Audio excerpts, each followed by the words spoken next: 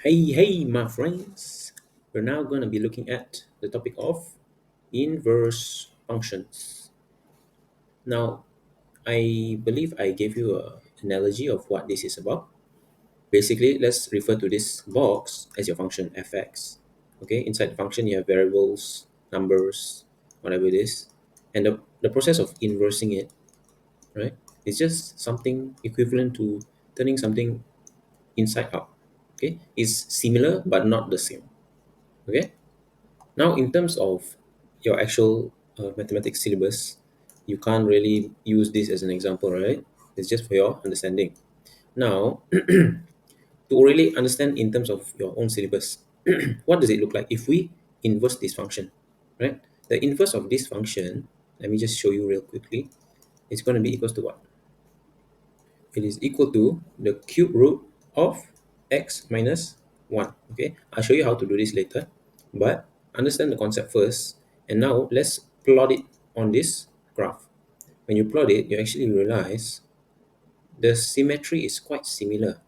Okay, that means what happens is when you inverse something, it becomes the mirror image of the other. Okay, here's a little bit of a insight into some engineering.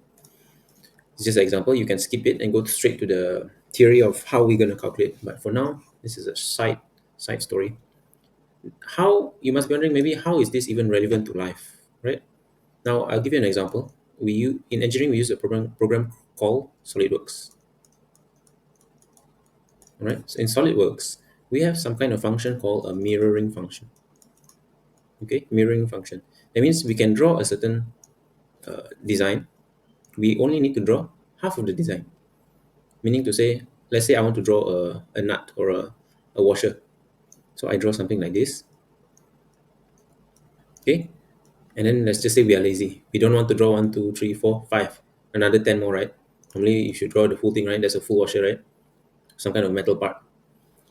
What we have is a function called mirroring, whereby you can instantly just click a button and hit a few things, and it will automatically copy what you drew in the first place. It can be as complicated as you want.